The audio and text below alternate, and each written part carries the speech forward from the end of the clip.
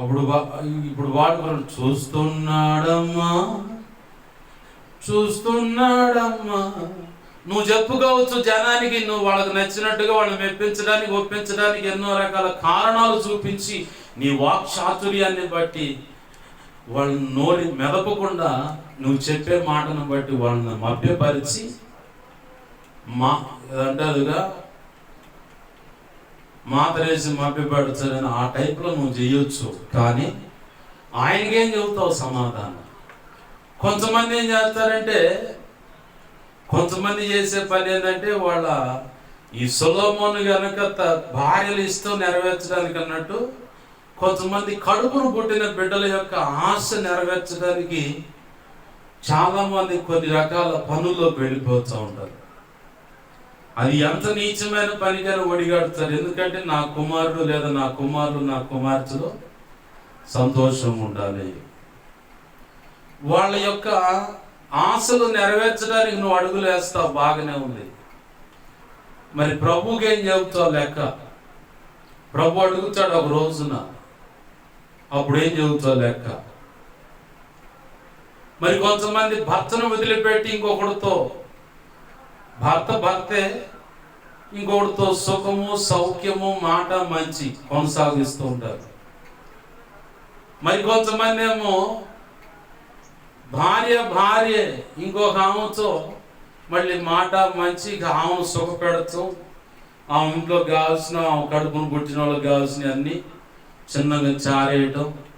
ఏందయ్యా కష్టం ఏది అంటే, ఏందే పనికి పోవాలా, ఏం చేయమంట? మరి పనికి పోకపోతే ఇంటికి వచ్చి ఉండొచ్చు కదంటే, ఉండేది ఏందే నేను మగవాడిని, వైజాగ్లో ఆడని తిరిగి వస్తా, నీకెందుకు నోరు మూసుకుని ఇంట్లో కూర్చో, నీ పని ఏదో నువ్వు చేసుకో, వంట చేసుకో, ఇంట్లో పిల్లలు ఉన్నారు వాళ్ళ మంచి చూసుకో, అంతేగా. ఎక్కువ మాట్లాడితే మూతి బగులుద్ది అంటాడు నేను. అదే డైలాగ్ ఆమాడితే పెద్ద యుద్ధం. పక్కనోడి యొక్క పక్కన వాళ్ళ యొక్క కోరికలు తీర్చడానికి కొంతమంది, అయ్యో నేను రక్షణ బాప్తిసం పొందున్నాను కదా, రక్షణ బాప్తిసం పొందిన ఒక తల్లిగా ఒక భార్యగా నేను ఉన్నాను కదా, రక్షణ బాప్తిసం పొందిన ఒక తండ్రిగా ఒక భర్తగా నేను ఉన్నాను కదా, ఒక మామ హోదా, ఒక అత్తయ్య హోదా, ఒక సేవకుడి హోదా, ఒక సేవకురాలి హోదాలో నేను ఉన్నాను, ఒక పరిచారకుడిగా, ఒక పరిచారకురాలుగా, ఒక విశ్వాసిగా నేను ఉన్నాను, లేదా ఒక సంఘ కాపరిగా స్త్రీగాను పురుషుడిగా నేను ఉన్నాను. ఇలాంటి దౌర్భాగ్యమైన పరిస్థితిలోకి నేను వెళ్ళిపోతే నా ప్రభు ఖచ్చితంగా లెక్క అడుగుతాడు కదా. సొలొమోన్ అడిగాడా లేదా? 2 సార్లు కేకలేసాడు ఆయన, సొలొమోన్ సొలొమోన్ అని చెప్పని. ఆ మధ్యకాలంలో నేను చాలాసార్లు చెప్పాను, 2-3 సార్లు అని చెప్పినట్టున్నాను. ఓ దైవజనుడు తన కడుపును పుట్టిన 2 పిల్లలు, మగ పిల్లలు, వాళ్ళను బట్టి అసలు ఆయన ఎంత మోకాళ్ళ కష్టమో, ఎంత కన్నీరు గార్చాడో, ఎంతమంది చేత తృణీకరించబడ్డాడో. కానీ నా ప్రభువుకు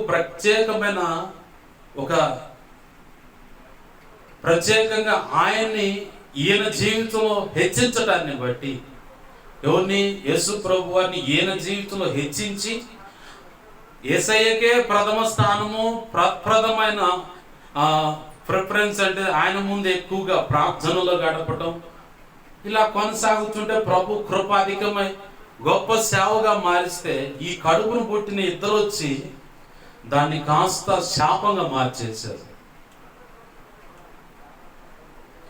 ఈ 2కు తోడు 2 మేనల్లుడు కూడా ఉన్నారు. వాస్తవం. వీళ్ళు చేసిన పనికి ఈరోజు ఈ పరిస్థితిని బట్టి ఏడవలేదు అనడానికి లేదు ఆ దైవజనుడికి. అందరి ముందు ఏడుస్తాడు దైవజనుడు. అందరి ముందు ఏడితే ఇక ఈడి బతుకే సరిగా గ్యారంటీ లేదురా, ఇక మన బ్రతుకులే ఉద్ధరిస్తాడు, మన బ్రతుకులకు కావలసిన సరైన మాటలు ఎందుకు అందిస్తాడు. ఓదార్చడం కష్టం, వాడికే ఓదార్పు కావాలి. నరం లేని నాలుకండి, విశ్వాసుల్లో కూడా పనిచేస్తుంది ఇది. వాడికే ఓదార్పు సరిగా లేదురా, వాడికి ఇంకొకటి ఓదార్పు కావాలి. కాబట్టి వీడి దగ్గరకు పోయినా మన బ్రతుకులేమి ఉద్ధరించబడవు, ఆదరించబడవు. ప్రభుత్వం నడవడానికి కావాల్సిన మాట అందించినది ఉపయోగం. ఎందుకంటే వాడి బతికే సరిలేదు, ఎప్పుడు చూసినా ఆ ఏడుపు కొట్టు మోహం వాడు. ఇలాగ మాట్లాడుతారు విశ్వాసగాఢము. అన్యులైనా సరే ఏకాంతంగా రహస్యమందు ప్రభు సన్నిధిలో ఈ కొడుకులు ఆ మేనళ్ళు ఇద్దరు చేసిన పనులు బట్టి ఈ రోజు ఏడవలేదు అంటానికి లేదు ఆ దైవజనుడి జీవితంలో. నేనే చెప్పే ఆ ప్రవచనం కూడా ప్రభు కృపను బట్టి అనుమతిస్తే తను బ్రతికినంత కాలమే ఆ పరిచర్య ఉంటుంది, ఆ తర్వాత ఉండదు ఆ పరిచర్య. ఈ నలుగురు చేసిన ఉదంతాన్ని బట్టి ఎంత శాపం వచ్చి పడిందో గమనించదు. కారణం ఏదో కూడా కొంత పొరపాటు ఉంది, వాడు ఏం చెబితే అది చేయటానికి. ప్రారంభ దర్శనము, ప్రారంభంలో ఉన్నటువంటి ఆ చెగువ, ఆ ఆలోచన ఇప్పుడు ఏమైంది?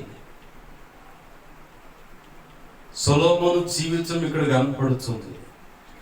ఈ ఉదంతాలన్నీ నేనంటే ఈ సొలొమోను జీవితం ఇవన్నీ, ఆ తర్వాత రాజుల చరిత్రలన్నీ గమనించగా మా నాన్న మా జీవితాల్లో ఆయన ద్వారా వచ్చిన ఆ శాపం, ఇక్కడ ఈ శాపం చూసి 3-4 తరాలకు ఆ శాపాన్ని అనుమతిస్తానన్నాడు ప్రభు.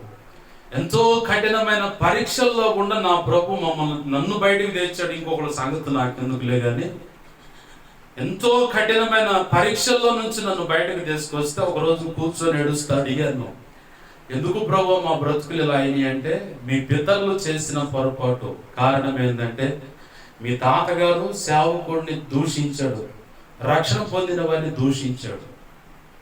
మీ నాన్న బాప్తిసం పొంది నీ కళ్ళ ముందే వేరొక స్త్రీతో పాపం చేయడం నువ్వు చూసావు. ఈ కారణాన్ని బట్టి నీ వంశం, నీ కుటుంబం శపించబడింది. ఆ మాట వినగానే నేను ఆలోచిస్తా ఉన్నాను. వెంటనే ప్రభు అంటున్నాడు, అయితే నిన్ను బట్టి నీ వంశాన్ని, నీ కుటుంబాన్ని నేను దీవిస్తున్నాను. ఈ భూమి అంతమయ్యే సమయం వరకు నీ వంశం, నీ కుటుంబం ఉంటుంది. నీ వంశంలో, నీ కుటుంబంలో ఉన్నోళ్ళు నా సన్నిధిలో ఉండి నా సేవ చేస్తారని. దేవునికి మహిమ కలుగును గాక. హల్లెలూయా. ఆ రోజు ఇలానే కూర్చొని ఆలోచిస్తా, కళ్ళ నిండా నీళ్ళు తీసుకొని ఏడుస్తా ఉన్నాను. మళ్ళీ బయటకు ఆ కన్నీళ్లు బయటకు వస్తే మా అమ్మగారు అడుగుతా, ఎందుకు ఏడుస్తున్నావు అని. మళ్ళీ ఆ సంగతి చూసి ఆమెను ఏడిపించడం కరెక్ట్ కాదని చెప్పని ఆ కళ్ళ నిండా నీళ్ళు వస్తుంది, తుడుచుకుంటున్నాను. కూర్చుంటుంటే ఆ పక్కన మెల్లగా స్వరం వినపడుతుంది, ఎందుకు బాధపడుతున్నావు అని. చుట్టూ చూసుకున్న ఎవరని అదే స్వరం మళ్ళీ మాట్లాడుతుంది, నేను గబ్రియల్ అనే దేవదూతను, నాతో పాటు మిఖాయేల్ అనే దేవదూత కూడా ఇక్కడ ఉన్నాడు, ఇంకా కొంతమంది పరిశుద్ధమైన దేవదూతలు ఉన్నారు. అలాగనే కాకుండా ఇప్పుడు నేను ఎలాగైతే కుర్చీలో కూర్చున్నానో ఈ కుర్చీ సేమ్ ఇలాగనే ఇక్కడే ఉంటుంది. ప్రసంగించినప్పుడే, నేను ప్రసంగానికి వచ్చినప్పుడు ఇక్కడ ఇలా ఉంటాను. ఈ కుర్చీ మామూలుగా అట్ట పక్కన వేరే కుర్చీ వేసుకొని కూర్చున్నప్పుడు ప్రభు చెప్తా ఉన్నాడు, నువ్వు అక్కడ పెట్టావు కదా కుర్చీ, ఆ కుర్చీలో తండ్రి, కుమార, పరిశుద్ధ ఆత్మ దేవుడు త్రిత్వమై ఆ కుర్చీలో వచ్చి కూర్చొని ఉన్నారు. అప్పుడు ఈ మిగతా విషయాలు,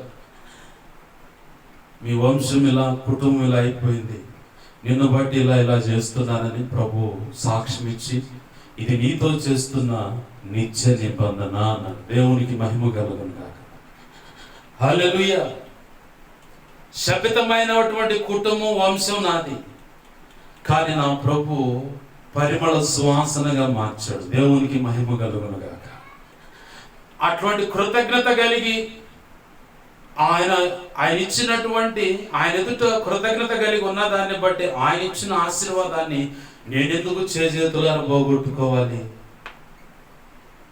సరేనయ్యా, ఏ పరిస్థితిలో తీసుకెళ్తావో ఆ పరిస్థితిలో నా చేయి పట్టుకో, నువ్వు నాతో నడిపించు. నాకు నేనుగా నడవటం, వెళ్ళటం, ఆడ ఉండటం చేత కాదు, నువ్వే చూసుకో అని చెప్పని ఆనాటి నుంచి ఈనాటి వరకు నా ప్రభు కృపను బట్టి ఇక ముందు కూడా ఆయనే నడిపిస్తున్నాడు. దేవునికి మహిమ కలుగును గాక. హల్లెలూయా. నేను అదే అంటాను, ఎంత ఉన్నతమైన సంకల్పంతో సేవ ప్రారంభించబడితే ఈ ఆణిముత్యాలు ఈ నలుగురు చేసిన పనిని బట్టి నిజమండి, ఇది దేవుడు చెప్పింది నేను చెబుతున్నా. వాళ్ళ మీద నాకు ఏ ఘోషణం కాగలేదు. ఇంకా నాకు ఇంకొక స్వతంత్రం ఉంది. ప్రభు చెప్పిన ఆలోచన, ఆ అభిషేకం అనేది అది లేకపోతే, ఆ దైవజనుడి యొక్క సంబంధికులని కాకపోతే గోపలు పగిలిపోయాయి. మొహమాట లేదు. ఇలా కొట్టాలనుకునే వాళ్ళు కూడా ఉన్నారు వాళ్ళ పక్కనే దైవజనులు. ఎందుకంటే ప్రారంభం నుంచి ఆ దైవజనుడు కష్టపడి కష్టపడి కష్టపడి ఈ స్థితికి వస్తే వీడు కాస్త దాన్ని శాపంగా మార్చేశారు. ఎంత భయంకరమో చూడు. జాగ్రత్తగా ఉండాలనేది. అందుకే నాకు 4 వారాల నుంచి ఒక మాట కొట్టుకుంది. 30 లక్షల మంది ఇజ్రాయెల్ ప్రజలని బైబిల్ పండితులు చెబుతున్నారు. నడిపించే నాయకుడు మోషే, అహరోను. ఆ యోర్దాను దాటింది ఎంతమంది అండి? 2. నాయకుడేడి, యాజకుడైన అహరోనేడి, మొత్తం పోయారు. 2 పరలోకానికి, అంటే యోర్దాను దాటి కనాను దేశానికి వెళ్ళింది. మరి ఈరోజు నీ పరిస్థితి ఏంది, నా పరిస్థితి ఏంది? ఏది మోసే నాగెలు చూస్తా ఉంటే ఏం చేయమంటావు ప్రభు అంటే, నీ చేతులు ఏముంది? కర్రయ్య. ఎర్ర సముద్రంకి వెళ్ళి చూపించు దాన్ని అన్నాడు. మరి ఎర్ర సముద్రం పాయలు చేసినోడే ఎనికిపోయిండు. యోర్దాను దాటకుండా కొండెక్కి చావుంటే చావడానికి వెళ్ళిపోతే అక్కడ కనాను దేశాన్ని చూపించాడు. తను అక్కడ చాలించాడు. మరి ఆయన కంటే గొప్పవాళ్ళం మనం. ఒకసారి ఆలోచించండి. నాకు 3-4 వారాల నుంచి ఈ ప్రశ్న నన్ను వెంటాడుతుంది. చేతిలో ఉన్న కర్రతో అటు చూపించండి, ఎర్ర సముద్రం పాయలైంది. అంత గొప్ప భక్తుడు, సాత్వికుడు అని ఆయన చేతే బిరుదు పొందిన ఆయన చిట్ట చివరిలో ఒక చిన్న పొరపాటు చేస్తే ఇక చాలు మోసే, ఏం మాట్లాడు మాకంటే, సరే ప్రభు అని మౌనం దాల్చింది. నీ చిత్తం ఎట్నో చేసుకోయా అని చెప్పని తను అప్పచెప్పుకున్నాడు. మనం ఈ లేఖనాలు చదువుతాం, ప్రసంగిస్తాం. మన బ్రతుకుల కాడికి వచ్చేసరికి దాన్ని అన్వయించుకోవడానికి కష్టపడుతూ ఉంటాం. చాలా కష్టపడుతూ ఉంటాం. నాకు ప్రశ్న ఇది, వెంటాడుతున్న ప్రశ్న. ఇలా క్రీస్తు రక్తంలో కడగబడిన క్రైస్తవ సమాజం, అంటే ప్రపంచవ్యాప్తంగా ఉన్న క్రైస్తవుల్లో ఎంతమంది పోతారు పరలోకానికి? అంత గొప్ప అద్భుతాలు చేసిన వాడే ఆగంటే ఆగిపోయాడే. మరి నీ పరిస్థితి, నా పరిస్థితి ఒక్కసారి ఆలోచించావా? భయమేస్తుంది. అది ఆ 2 సంగతి, ఆ 30 లక్షల మంది సంగతి తలంచుకుంటేనే భయం వేస్తుంది. మరి నా బ్రతుకేంది, నా పరిస్థితి ఏంది? ఒక్కొక్కడు వదిలిపెడితే ఏం లేదు. పులేసి వేస్తుడు ఒక్కొక్కడు. ఆడగూతురైనా మగోడైనా పులేసి వేస్తుడు. అదే అట్టా ఇట్టా ముందు నువ్వు ఒడ్డున పడచోలేదు చూసుకో. పరలోకమైన ఒడ్డున నువ్వు పడచోలేదని చూసుకోవాలి ముందు. ఏమి చూడరు ముందు. ఇక ఏ రంగం వేయాలన్నమాట. పులేసం వేసి డంగ చెక్క పలక కొడతా ఉంటే వీడు దరువు వేసుకుంటా, దరువు తగ్గట్టు డ్యాన్స్ స్టెప్పులు వేస్తా వీడు ఎగురుతూ ఉంటాడు. ఇలా ఆ చందం అయిపోయింది క్రైస్తవ లోకం పరిస్థితి. దండం పెట్టి బతిలాడుతున్న ప్రభు కృపను బట్టి ఎప్పటికప్పుడు ఏ రోజుకి ఆ రోజు, ప్రభువా అసలు నేను పరలోకానికి వెళ్తాను లేదా నువ్వు కోరుకున్నట్లుగా, నువ్వు సంకల్పించిన ఉద్దేశం, సంకల్పం నెరవేర్చిన వాడనై, నెరవేర్చిన దాననై క్రీస్తు న్యాయపీఠం మీదట సంపూర్ణుడుగా నేను నిలబడినట్లు నీ కృప నాకు ఇచ్చి నా చేపట్టుకుని నడిపించి అక్కడ నిలబెట్టి పరలోక ప్రవేశం కలుగుచే. వధువులో నువ్వు నిర్ణయించిన ఆ ఉన్నత స్థానంలో ఎక్కడో ఆ స్థానంలో నేను నిలుచున్నట్టుగా నాకు నీ కృపని నన్ను నిలవబెట్టని బచ్చంలాడుకో. ఇప్పటి నుంచే అంచము కాలం ఇది. ఇరాను ఇజ్రాయెల్ దేశం యుద్ధం తలపడుతూ ఉంది. ఇంకొన్నాళ్ళు పోతే దశరాజు కూటమి వస్తుంది, ఆ తర్వాత ఏక చక్రాధిపత్యం వచ్చుద్ది, ఆ తర్వాత హర్మగిద్దోన్ యుద్ధం వచ్చుద్ది. పరలోకం నుంచి ఇద్దరు ప్రవక్తలు దిగొస్తారు, గొప్ప సూచక క్రియలు చేస్తారు. అంతకంటే ముందుకు ఈ భూమి మీద మోషే యొక్క అభిషేకం, ఏలియా యొక్క అభిషేకం కలిగిన దైవజనుడు ఉంటాడు ఈ భూమి మీద. గొప్ప సేవ జరుగుతుంది అతని ద్వారా. మోషే యొక్క అభిషేకం, ఏలియా యొక్క అభిషేకం కలిగిన దైవజనుడు ఈ భూమి మీద ఉంటాడు ఈ అంత్యకాలంలో. అతను రావాలా లెక్క. అతను ఆల్రెడీ వచ్చినడితే దేవునికి మహిమ కలుగును గాక. హల్లెలూయా. ప్రభునందు ప్రియమైన దేవుని బిడ్డలారా, వారి కోసం ప్రభు పాదాలు పట్టుకొని బతిమలాడుదాం మనం. ఎందుకంటే మునుపు జరిగినదే మరలా జరుగునని చెప్పని లేఖనం సాక్ష్యం ఇచ్చినట్లుగా మళ్ళీ కఠినమైన శ్రమలు సంఘం ఎదుర్కోబోతుంది. ఆ శ్రమలకు ప్రతి ఒక్కరు విశ్వాసములు సిద్ధపరచాలి. ప్రతి ఒక్క సేవకుడు. మిరాకిల్స్ జరుగుతాయి, అద్భుతాలు జరుగుతాయి, ఎడకొస్తే అది పోది ఇది పోది కాదు. అసలు రెండో రాకడికి ఎదుర్కోవడానికి రాబోతున్న అంతిమ శ్రమలకు నువ్వు సిద్ధపడినప్పుడు కరెక్ట్గా ఎదుర్కొని నిలబడగలిగే భక్తి సాధన నువ్వు కనపడాలి. ఆ భక్తి సాధన చేస్తే నువ్వు నిలబడాలి. అప్పుడు ఎటువంటి కఠినమైన శ్రమలు ఎదురవుతున్నా సరే ప్రభు కృపను బట్టి విశ్వాసము పొందుకొని నిలబడగలుగుతావు. ప్రభు రాకడలు ఎత్తపడగలుగుతావు. లేకపోతే ఇంకేం లేదు, తూర్పాలు పడితే పొట్టు రాలిపోయినట్టు నువ్వు కూడా పోతావు ఆ పొట్టులో ఒకదానిగా. ప్రభునందు ప్రియమైన దేవుని బిడ్డలారా గమనించండి. ప్రభు పాదాలు పట్టుకో. ఇక్కడ సొలొమోను తన యొక్క భార్యల యొక్క ఇష్టం నెరవేర్చడానికి అట్లా వెళ్ళిపోయాడు. సంఘమేమో మనం చూస్తున్నట్టుగా ఇప్పుడు సంఘం పరిస్థితి కూడా అలానే ఉంది. వారి వారి ఇష్టాలను నెరవేర్చుకోవడానికి, వారి వారి కోరికలను నెరవేర్చుకోవడానికి వారు పట్టుకున్న దానికి మూడే కాళ్ళని అది నెరవేర్చడానికే వీళ్ళు నడుము బిగించి పాకులాడుతున్నారు. కానీ ప్రారంభంలో ఈ పరిచర్యకు కలిగిన దర్శనం ఏంటి? ఏ ఉద్దేశంతో దైవజనుడు పిలువబడ్డాడు? ఏ ఉద్దేశాన్ని ఆధారం చేసుకొని ఈ పరిచర్య నడిపించబడుతుందని గ్రహింపు లేకుండా విడివిడి జ్ఞానము అప్లోడ్ అయిన పరిస్థితి. అంటే అప్డేట్ అయ్యారు, ఎప్పటికప్పుడు అప్డేట్ అయ్యి. లోకంలో ఒకటి ఉంటుంది సామెత, పులిని చూసి నక్క వాతలు పెట్టుకుందట. ఆ పరిస్థితిలో కనపడుతుంది అలా సేవంచ. కొంతమంది సహోదరులు చూస్తూ ఉంటాను నేను. సేమ్ షాలేం రాజు గారికి మళ్ళీ అలాగనే ప్రసంగించే కుర్రోడు నేను ఇప్పుడు చూశాను. నేను అనుకున్న మా ఇడు చాలా తేడా పడ్డాడుగా అనుకున్నా. ఓ దైవజనుడు ఉన్నాడు అన్నయ్య ఇప్పటికీ బాధపడుతూ ఉంటాడు.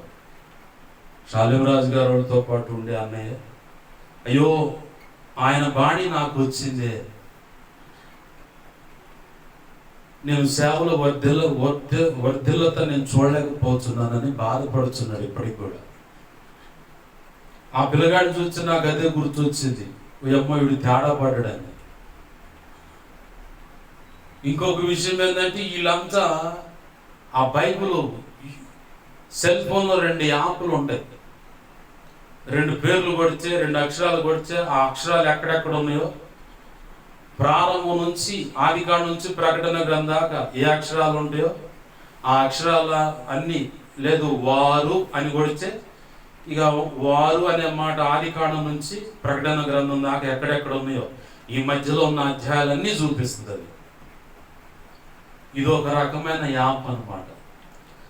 రెండవది ఒక మూల వాక్యం అనుకుంటే దాన్ని ఎమ్మటనే అలా టచ్ చేయగానే రెఫరెన్స్ అంటది. ఆ రెఫరెన్స్ కొడితే ఇక ఎమ్మటనే దానికి తర్వాత వెళ్ళవలసిన రెఫరెన్స్లు ఏంటి అన్నది అది దారి చూపించుద్ది. ఈ 2 యాప్లు ఇలా సేవకులు చాలా మంది వాడుతున్నారు. ఇప్పుడు నూతనంగా ట్రైనింగ్ అవుతున్న ఆ పిల్లలు కూడా అదే వాడుతున్నారు. రాత్రి ఒక దైవజనుడు వాక్యం చెప్తా ఉంటే విన్నా. ఆయన కూడా అదే తీసుకోండు. ఆయన కూడా ఎఫ్ఎస్సి పత్రిక 5వ అధ్యాయము 15-16 వచనాలు అట్టుకుంటా. అది తీసుకొని కొట్టంగానే ఆ యాప్లో నాకెందుకో డౌట్ వచ్చింది. తలా చోక లేకుండా చెబుతుండు గట్టిగా, అది ఇదా అంటాడు గట్టిగా. ఉయ్యమ్మో, ఈయన కూడా ఈ కేకలేసే దెయ్యం పట్టినట్టుంది అనుకున్నా. నాకు ఈ యాప్ వాడేవాళ్ళని చూస్తే ఒకటి బాగా గుర్తొచ్చుంది. ఏంటంటే, మొన్న దైవజనులు ఒఫీరయ్య గారు చెప్పారు, 19వ తారీఖున యూత్ మీట్లో ఒక మెసేజ్ చెప్తే దాంట్లో చెప్పాడు, చార్లెస్ స్మిత్ ఏదో దైవజనుడి పేరు చెప్పాడు, గుర్తులేదు నాకు. ఆ దైవజనుడి దగ్గర ఇద్దరు ఉన్నారంట. ఒకడేమో అనర్గళంగా మాట్లాడగలడు, ఒకడేమో మతిమరుపు, వినికిడి లోపం. ఈ వినికిడి లోపం, మతిమరుపుడు దైవజనుడు పాదాలు ఒత్తుకుంటా ఇక అదే లోపం. వీళ్ళిద్దరిని టెస్ట్ చేయడానికి ఇద్దరికి 2 ప్రాంతాలు ఎంచి పంపించాడు. తెల్లారితే వెళ్ళాలి, ఇక ఆ రేతి ఏం చెప్పాలో అర్థం కాల. అనర్గళంగా మాట్లాడగలడు, ప్రసంగం ఇస్తే ఇంకా టక టక టక టక అనర్గళంగా మాట్లాడగలడు. వీడు ప్రశాంతంగా దుప్పటిదాన్ని పడుకున్నాడు. ఈ వెనికిడి జ్ఞాపకం లేని పరిస్థితిలో ఇతనేమో ఆ రాత్రి అంతా ఏడుస్తూ ప్రార్థన చేస్తూ ఉన్నాడు, ప్రభు పాదాలు పట్టుకొని. తెల్లారిగా ఎటో ఎవరికి వారికి అప్పచెప్పిన బాధ్యత ప్రకారం వెళ్ళాడు, ప్రసంగం చేసి వచ్చాడు. ఈ అనర్గళంగా మాట్లాడగలిగిన వాడు ప్రసంగం చేసి వచ్చాడు, కానీ ఒక్కరి హృదయం కదిలించబడదు. ఈ రాత్రంతా కన్నీరు విడిచి ప్రార్థన చేశాడు చూడు. ఇతను వెళ్ళి ప్రసంగిస్తే అనేకులు రక్షణ అనుభవంలోకి వచ్చారు. దారి తప్పిన వాడు సరిచేయబడ్డారు, పడిపోయిన వాడు లేపబడ్డారు, సేవకులు సైతం పురికొల్పబడ్డారు. రోషం తెచ్చుకొని నేను కూడా ఇలా బ్రతకాలనే పరిస్థితికి వచ్చారు. వచ్చి అక్కడ జరిగినదంతా ఇద్దరు విషయాల్లో సాక్ష్యం అడిగినప్పుడు ఈ అనర్గళంగా మాట్లాడగలిగిన వాడేమో పేదగా పోయాడు, ఏమి ప్రయోజనం లేకుండా పోయింది. కారణం, దుప్పటిదాన్ని బెరుగు వండుకున్నాడు, నాకు అన్నీ తెలుసులేదు. ఈ ఏమి తెలియదని ఏడ్చి ప్రార్థన చేసినోడి వల్ల గొప్ప కార్యం జరిగింది. దేవునికి మహిమ కలుగును గాక. ఇది గుర్తొచ్చి పరిశుద్ధ గ్రంథంలో కూడా ఒక మాట ఉంది, నేను పంపించినటువంటి యాజకులు మీ మధ్యలోకి వచ్చారు, వారు నా గొర్రెలను చంపుకొని తింటున్నారు. ఈ ఉదంతం నాకు గుర్తొచ్చింది. కారణం ఏంటంటే, దేవుని దగ్గర నుంచి వచ్చే శ్రేష్టమైన వాక్యము ప్రతి ఒక్కరి యొక్క హృదయాలను కదిలించుద్ది. మా నాయనమ్మ కూడా, నేను సేవ ప్రారంభంలో ఉన్నప్పుడు మా నాయనమ్మ నాతో చెప్పింది, అయ్యా ఆరాధన టీవీలో వస్తున్నటువంటి ఆ వాక్యాలన్నీ రెఫరెన్స్ కోట్ చేసి నోట్స్లో రాశాను, నీకు ఉపయోగపడుతుంది తీసుకోపోయా అంటే నాకు వద్దు అన్న. ఏమయ్యా, దేవుడు ఇవ్వాలా, ఏదైనా ఒక వాక్యం దేవుడు ఇవ్వాలా, నువ్వు ఇస్తే ఉపయోగం, నేను సోమరిపోతున్న అవుతాను, నాకు వద్దు అన్న.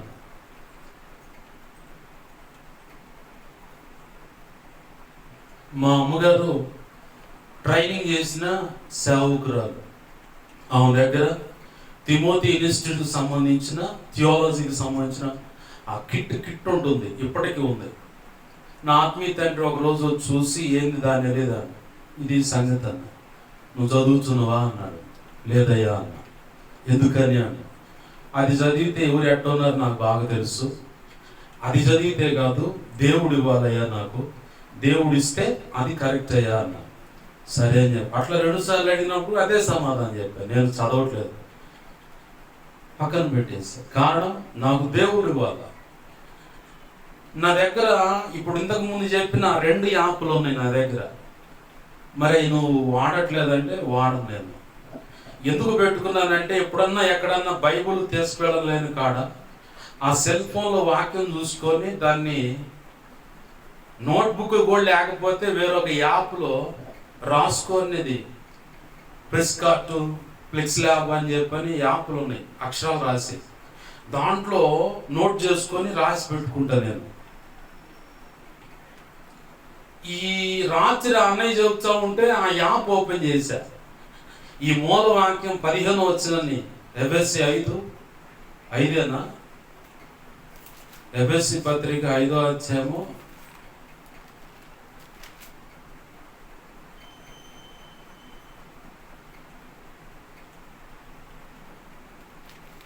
4వ అధ్యాయము ఎఫెసీ పత్రికలో ఒక మాట తీసుకున్నాడు అన్నయ్య. సమయము పోనీక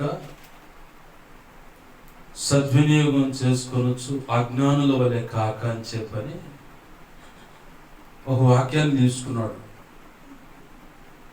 ఎఫెసీ పత్రిక 5వ అధ్యాయం 15వ వచనం. అది కొట్టంగానే టక ఆయన తీసిన వచనాలన్నీ నాకు కనపడుతుంది. అరే రే రే రే రే రే రే, ఈ రకంగా ప్రసంగాలు చేస్తే ఆ సంఘం ఎండిపోతుంది. ఆ సంఘంలో ఎవడు బలపడ్డో చివరికి కావాల్సిన మేత దొరక తేడా పడిపోతారు. సేవకుల్లో ఇట్లాంటి యాప్లు వాడుతున్న వాళ్ళు ఉన్నారు. ఇప్పుడు సేవకుల్లో కూడా ఇక ట్రైనింగ్ అయ్యేవాళ్ళు కష్టపడుతూ పక్కన పెట్టి యాప్లు చులకనగా ఉన్నాయి కాబట్టి తెచ్చుకుని దాన్ని బట్టి ఆ రెఫరెన్సులు తీసి వాళ్ళేదో ప్రభు దగ్గర పొందుకొని బలపడి నిలబడుతున్నాం అనుకుంటున్నారు. అబ్బో చాలా కంపు ఉంది సేవలు అనుకున్నాను నేను. ఎందుకు ఈ మాట చెబుతున్నానంటే అతను ఏదో తేడాని కాదు, సరిచేయబడాలి. సంఘం అది నా ప్రభు తన సొంత రక్తాన్ని ఇచ్చి కొనుక్కున్నాడు నిన్ను నన్ను. ఒకవేళ నా ఈ మాటలను బట్టి ఆ దైవజనుడు బాధపడ్డా, ఇంకెవరైనా దైవజనుడు బాధపడి పళ్ళు పటపట కొరికినా ఉరి చూసినా దడిచేది లేదు. ఎందుకంటే ఇంకేమైనా ఎక్కువ మాట్లాడితే బజార్కి వెళ్తా 3 మేకులు, సుత్య, చంద్రగోళ, ఒక అడ్డకర్ర నిలువుకర్ర తెచ్చుకుంటే ఇక మొగమాటే లేదు, ఇక సిలివేసేయటమే. పళ్ళు పటపట కొరికినప్పుడు ఇక అంతే. అతను నీతి మంతుడుగా నాకు కనపడ్డాడు, ఇక అంతే. ఆడకూతురైనా మగోడైనా సరే నాకు నీతి మంతుడిగా కనపడ్డాడు కాబట్టి ఇతను ఈ సమాజానికి సిలివేయటమే. బాగుంటుంది కదా, అప్పుడు ఏ గోళ ఉండదు, ఇక ఎవడు మాట్లాడకూడదు. ప్రభునందు ప్రియమైన దేవుని బిడ్డలు గమనించండి, వారి అవసరత అక్కరతలు అక్కడ చూస్తూ ఉన్నాడు. ఈరోజు సంఘంలో కూడా వాక్యం అనే అవసరత చాలా ఉంది, కానీ ఈ రకంగా తేడాగా వస్తూ ఉంది. ఇది సరిచేయబడితే ఎంతో వర్ధలతో కూడినటువంటి సేవ, దాని ప్రతిఫలం మనం చూడగలుగుతాం.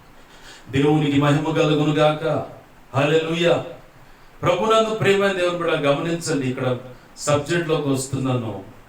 ఈ అవసరత ఆకరతలు ఉన్నవాళ్ళు, ఇక్కడ వాక్యం అనే అవసరత ఆకరత ఉన్నవాళ్ళు, సత్యం అనే వాక్యం, సర్వసత్యం అనే సంపూర్ణమైన సర్వసత్యం అనే వాక్య అవసరత కలిగిన వాళ్ళు కూడా ఇప్పుడు ప్రస్తుత సంఘంలో లేకపోలేదు.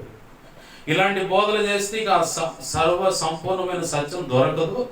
ఇంక వీళ్ళు కూడా ఇక్కడ ఏ లేఖనం నెరవేర్చబడుతుందంటే నాకు బాగా దొరికింది, సర్వ సంపూర్ణమైన సత్య సంబంధమైన సంఘం ఇది అనుకున్న ఆ సంఘంలో కూడా నా దాసులను మోసపరుచుటకు యెజబెలను స్త్రీని నువ్వు ఉండనిచ్చుతున్నావన్న మాట ఇక్కడ కనపడుతుంది. ఇలాంటి ఉదంతాలను బట్టి అది కరెక్టే కదా అనవలసి వస్తుందా లేదా?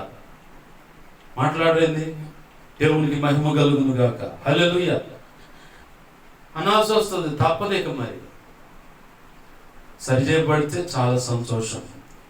అయితే ఇక్కడ వారికి ఉన్న అవసరతలను బట్టి పరిశుద్ధులంతా ఒక ఆలోచనకు వచ్చారు. ఏమయ్యా ఆలోచన అంటే, అందరూ అవసరత అక్కరతలో ఉన్నారు కాబట్టి మన కాడు ఉన్నదేదో మనము కొంత వెలకు దాన్ని అమ్ముకొని ఏదో ఒక రకంగా ధనముంటే తెచ్చి పరిశుద్ధుల పాదాలు ఎదుట పెడితే, కారణం ఏంటంటే అంతకుముందు వీళ్ళు ఒక ప్రసంగం చేశారు. ఏంటి ఆ ప్రసంగం అంటే, యేసుప్రభువు వారు చెప్పిన మాట వీళ్ళ ముందు, ధనవంతుడు వాడి మనసు ధనం మీద ఉంటుంది. అయితే మీరు ధనవంతులు అవటానికి ఆతురత పడక పరలోక సంబంధమైన ధనమును సంపాదించుకొనుటకు సిద్ధపడండి.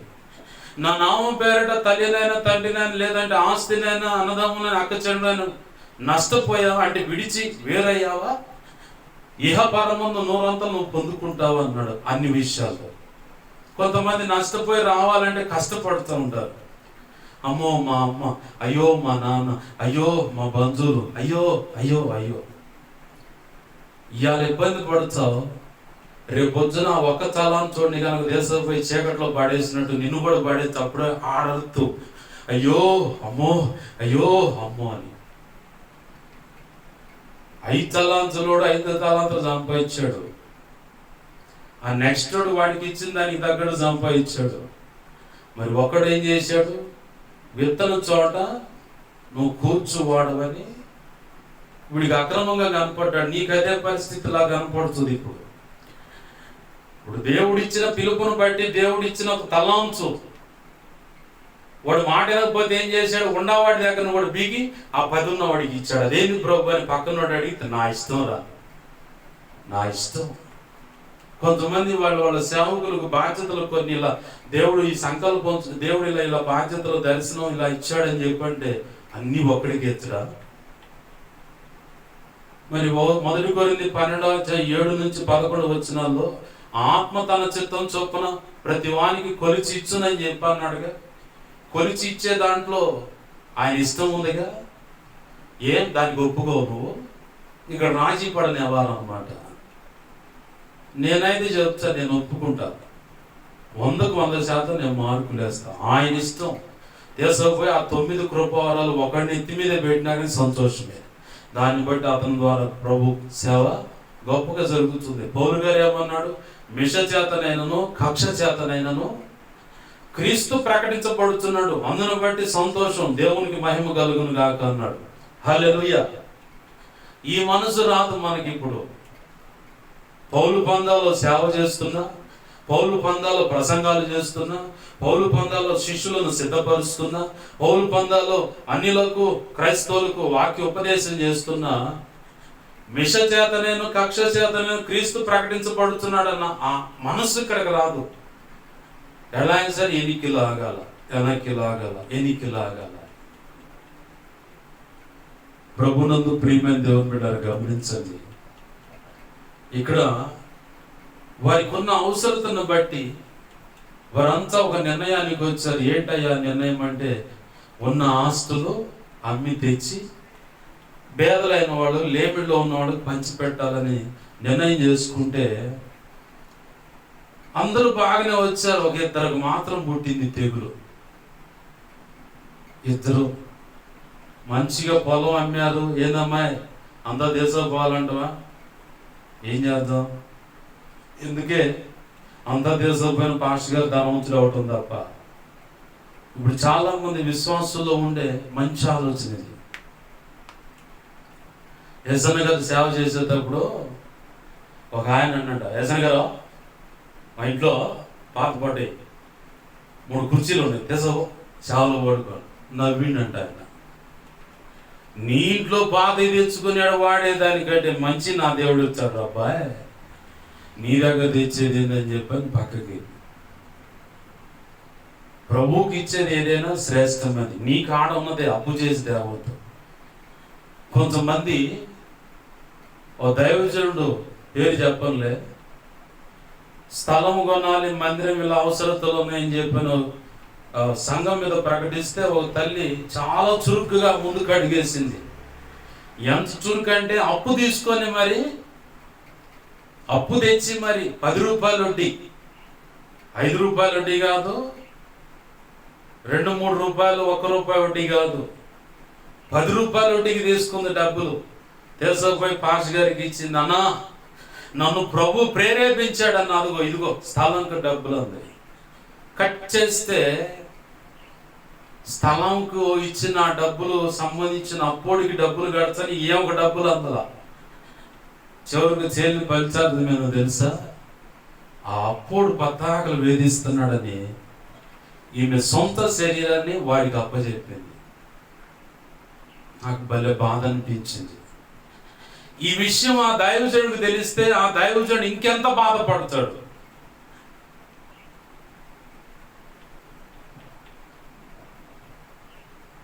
ఇంకెంత బాధపడతాడు. ప్రభునందు ప్రియమైన దేవుని బిడ్డలారా, దైవజనుడా నా సంఘంలోనే నా అంటున్నావు కదా. అవును, నీ సంఘంలోనే, నీ సంఘంలోనే. స్థలానికి డబ్బులు కావాలి, మందిరం కడుతున్న డబ్బులు కావాలని కబురు పెడితే ఓ చల్లి అడావుడికి వచ్చి డబ్బులు ఇచ్చింది అప్పు చేసి 10 రూపాయలు వడ్డీ. ఇప్పటికి తెరవడం కాల. వాడు ఎప్పుడన్నా వచ్చి బలవంతంగా ఒత్తిడి పెడితే చేయగలిగేది అనేది అదే పని జరుగుతుంది. ఏది ఇందాక చెప్పిన పని అప్పంతే. వాడు మారు మాట్లాడకుండా వెళ్ళిపోవటానికే ఆమె శరీరం అక్కడ అప్పచెబుతుంది. అప్పు తీరట్లా, వడ్డీ వడ్డీ, అప్పు అప్పే. ఎంత భయంకరమైన పరిస్థితి చూడండి. దండం మీద చెప్తున్నా, నీకు ఆడు ఉంటేనే రూపాయి ఉంటే ₹10 లేదా 30 నీ దగ్గర పెట్టుకుని పావలాయి ప్రభు సంతోషిస్తాడు. నీ వ్యక్తిగత అవసరతను గమనిస్తాడు. ఏంది అట్ట కాకుండా ₹10 వడ్డీ, ₹20 వడ్డీ. నీ సొంత స్థలం కూడా అమ్మియొద్దు, దయచేసి చెబుతున్నా. నీ కడుపును పుట్టిన బిడ్డలు ఎవడైనా బతుకున్నాడంటే ఇక వాడి నోటికి వచ్చే మాటలు భయంకరంగా ఉంటాయి. మాకేం లేకుండా మొత్తం దేశపోయి దేవుడు దేవుడు దేవుడు అని పెడుతున్నాం అని చెప్పని నీచాతి నీచమైన మాట్లాడుతారు. వాళ్ళు కూడా ఇష్టపడితే అప్పుడు అమ్ము. వాళ్ళు ఇష్టపడకపోతే అమ్మమాక. ఎవడు చెప్పాడు ఈ సొంత పెత్తనం చేయమని? దేవుడు చెప్పాడా? నలుగురు ఇష్టపడితే నీవు, లేకపోతే మానుకో, వద్దు. లేదని కన్నీరు గారు ఇంకొకటి కదిలిచ్చుద్ది, అంతే. దేవునికి మహిమ కలుగును గాక. హల్లెలూయా. ఈ ఇద్దరు భార్యాభర్తలు మంచోళ్ళు ఇద్దరు ఇదిగో ఇంత ఇంత అని మాట్లాడుకొని దైవజనుడి దగ్గరకు వస్తే, ముందు ఇంటికి యజమానుడు కాబట్టి పెద్ద ఆయన వచ్చిండు. అయ్యా ఇదిగో ధనము, పేతురు గారు అంటున్నాడు. అప్పటికే తెలిసిపోయింది పేతురు గారికి ఆ సమాచారం అంతా. వీళ్ళిద్దరు కూడా బలుక్కొని ఒక నిర్ణయానికి వచ్చారని చాలా మంది అనుకుంటారు. మనం ఇళ్లలో మాట్లాడుకునేది అంటే ఎవరో ఏడాడో రహస్యంగా ఏదైనా చేద్దాము అనుకున్నది ఎవరికి తెలియదు, మనం ఇద్దరమే కదా మాట్లాడుకుందాం అనుకుంటారు.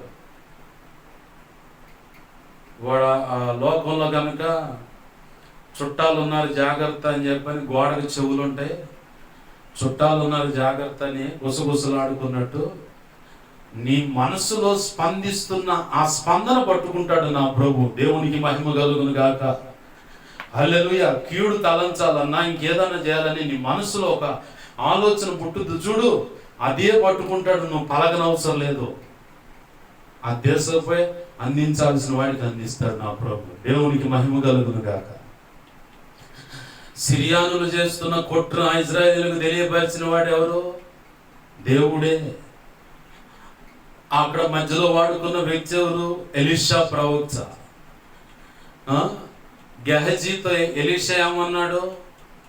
ఏమయ్యా గెహజీ ఇక్కడే ఉన్నావు అంటే, అబ్బాయి ఏంది ప్రభు, ఏంది నేను వాడు యాడికి పోయా? వాగిటికాడ ఇక్కడే ఉన్నా, నీ దాసునే నేను, నీ మీద ఒట్టా నీదో మాట అంటాడు అక్కడ.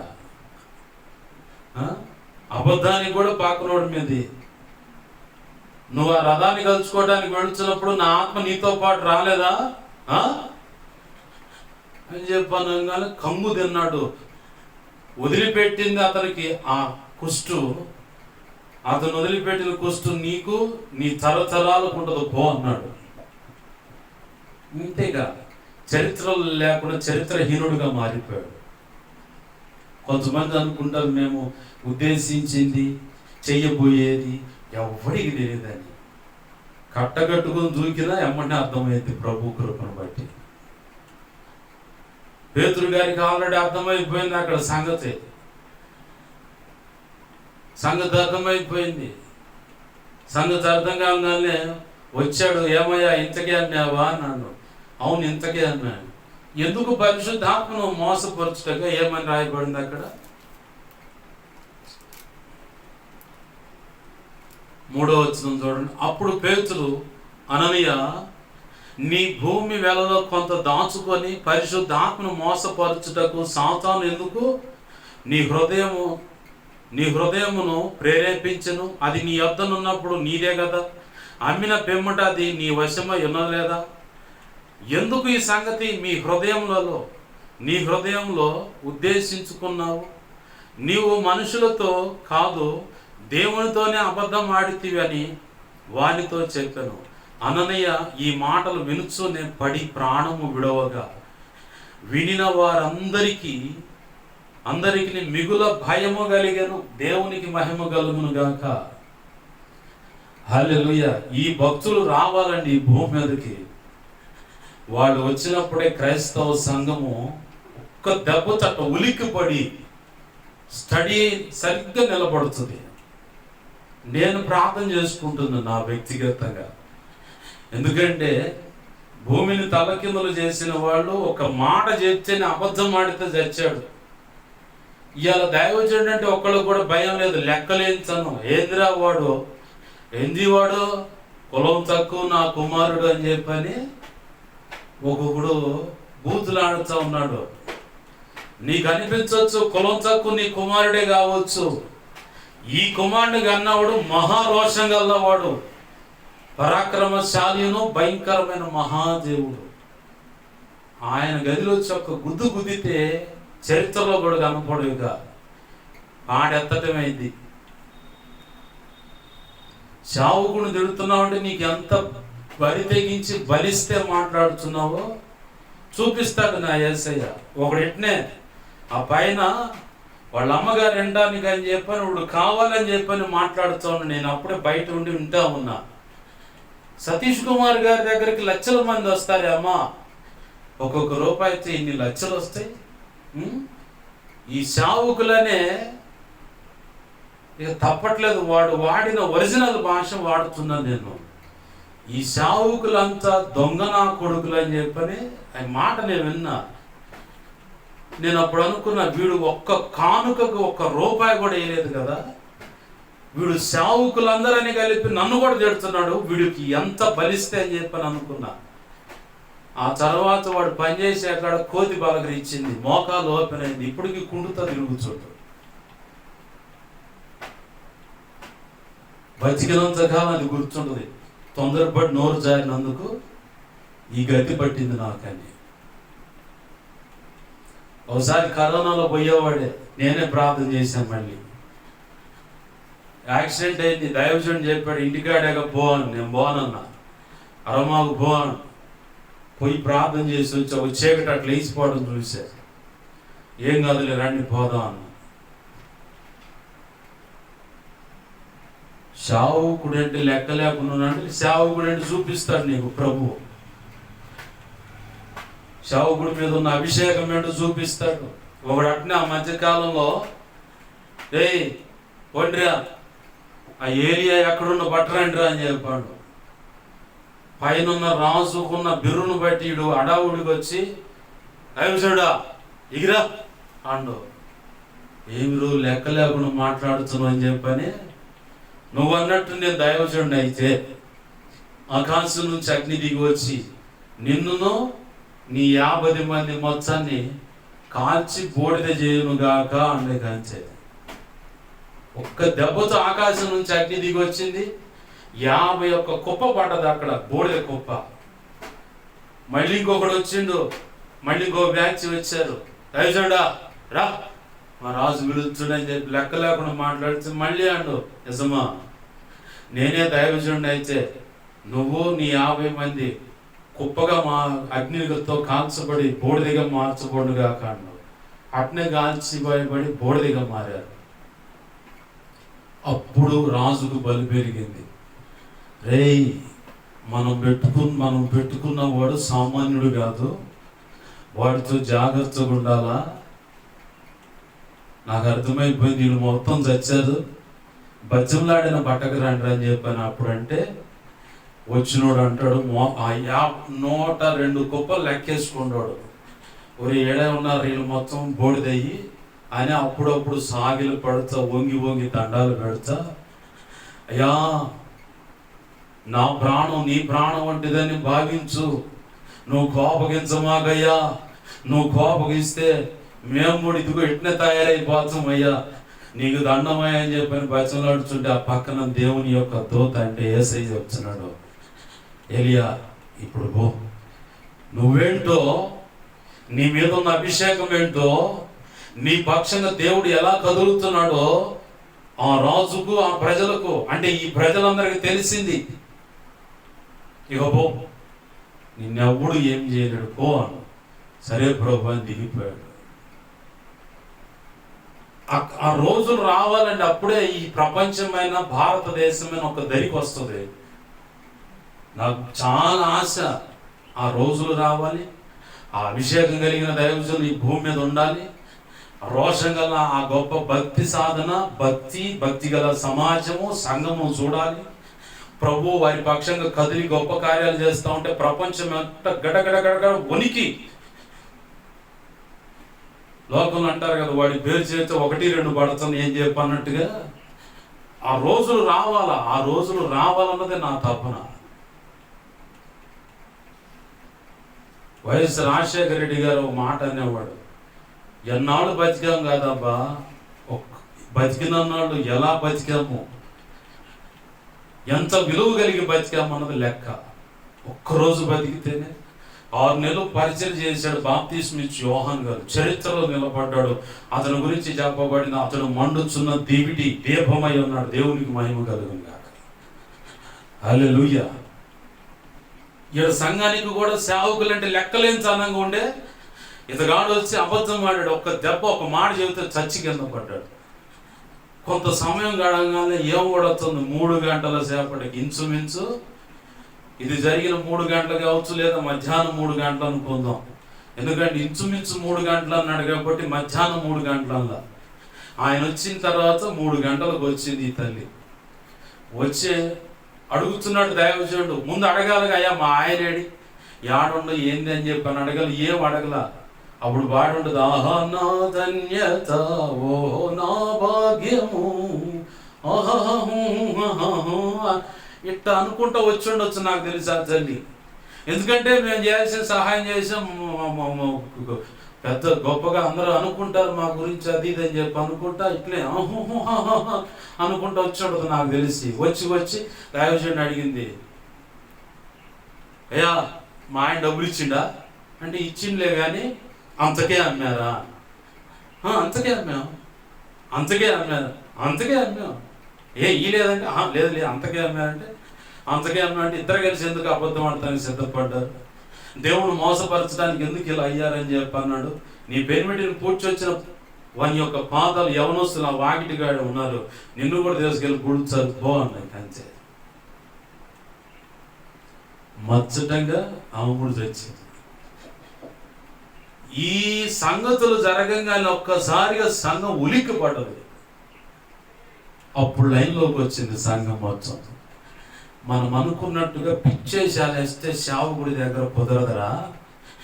అందరిలాంటి సేవకుడు కాదురు ఈ సేవకుడు. డ్యాన్సులు అందరి ముందు వేయచ్చు కానీ ఈయన ముందు వేయకూడదు.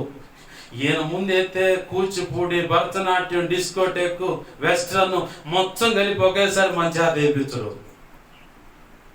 అల్లాటప్ప దైవజనుడు కాదు, ఆషామాషిగా ఇతంతో పెట్టుకుంటే చావులు ఎదురు చూడాల్సి వస్తుంది. జాగ్రత్తగా ఉండాలి. లేకపోతే మాత్రం ఆదరణ కూటాలు ఎక్కువ మన ఇంట్లోనే పెడతారని వాళ్ళకి అర్థమైపోయింది. ఈనాడు సంఘానికి, ఈ భూమి మీద ఉన్న ఇప్పుడు ప్రస్తుత సంఘానికి ఆ భయం ఉందో లేదో తెలియదు కానీ ఆ భయం వస్తే ఎంత బాగుండో. ఆ భయం వస్తే నేను ఆశపడుతున్నాను, చాలా ఆశ నాకు.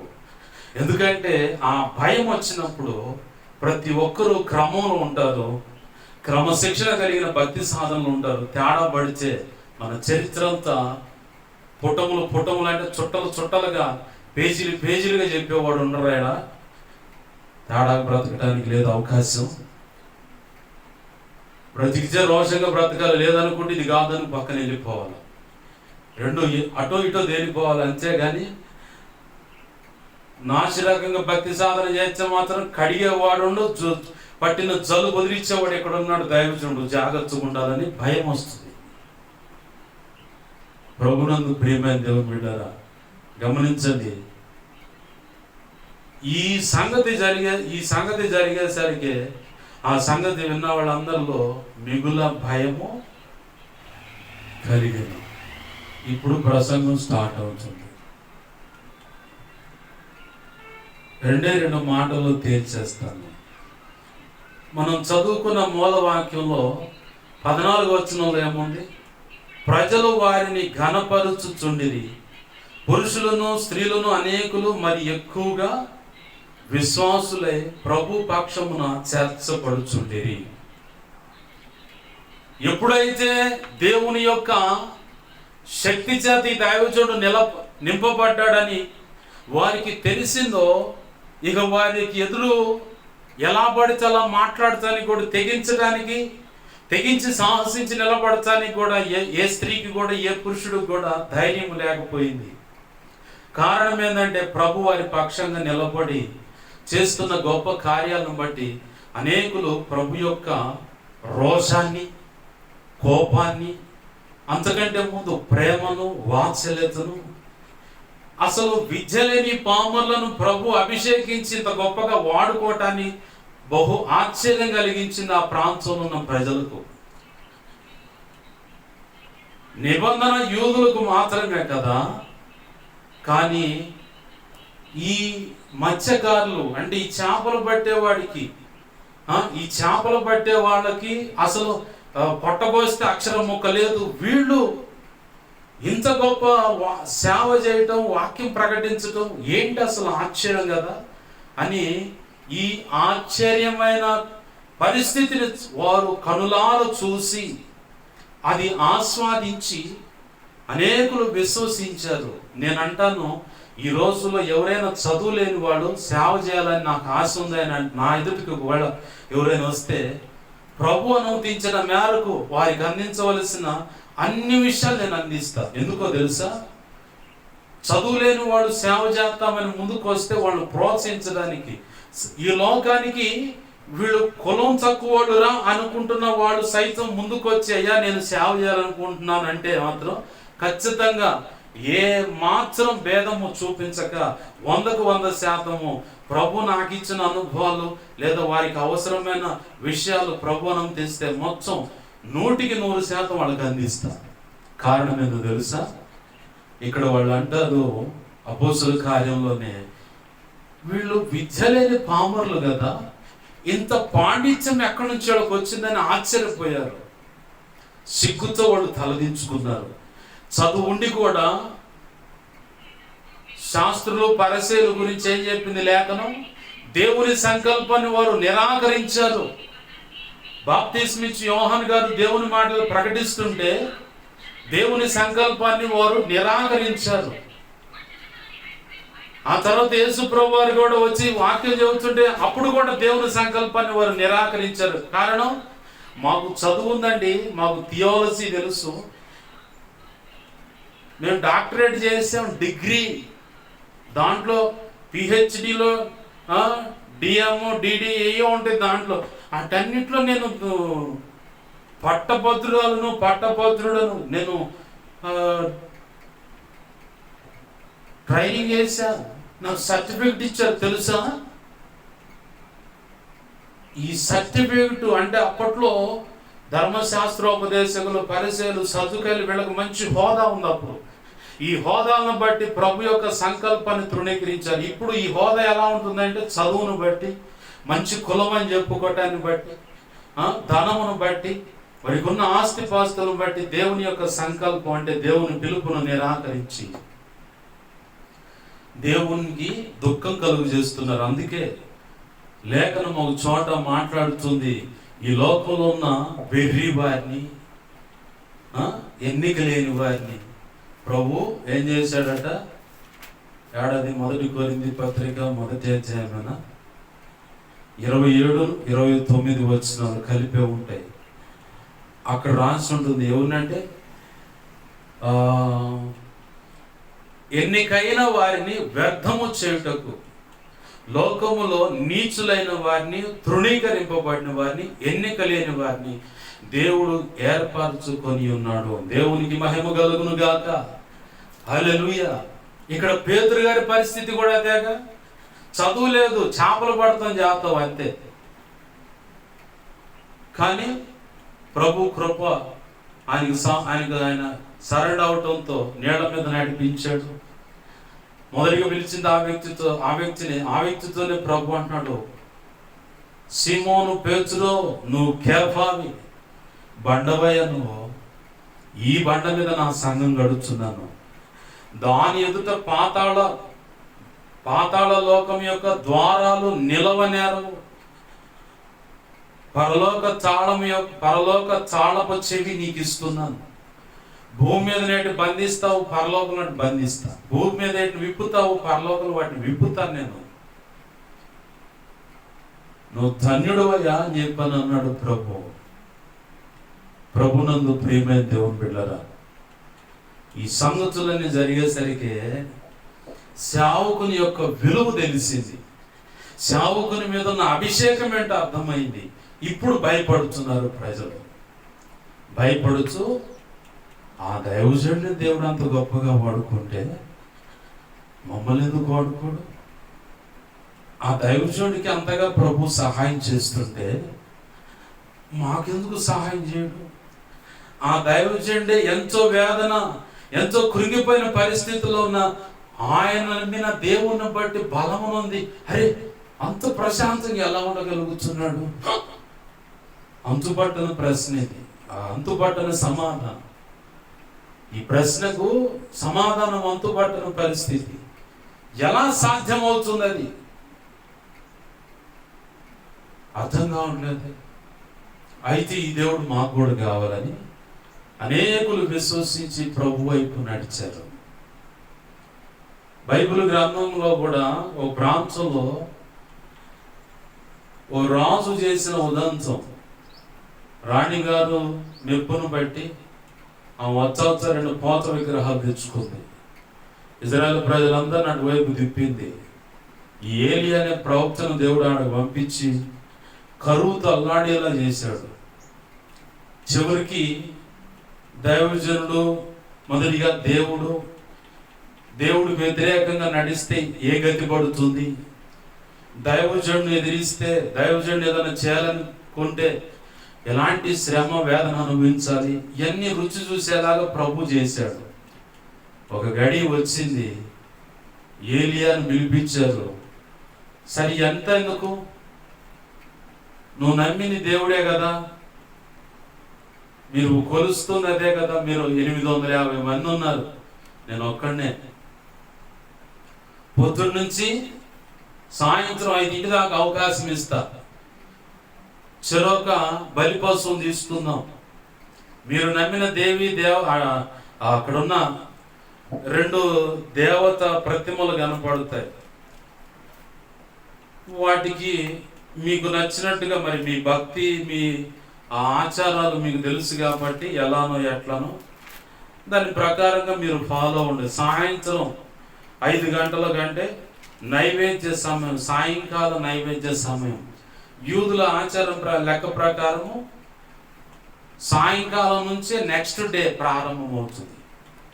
దాన్ని ఉదయం మధ్యాహ్నం సాయంకాలాలు ఎట్లనో, లేదంటే కీర్తనలో ఉంటుంది ఆ మాట.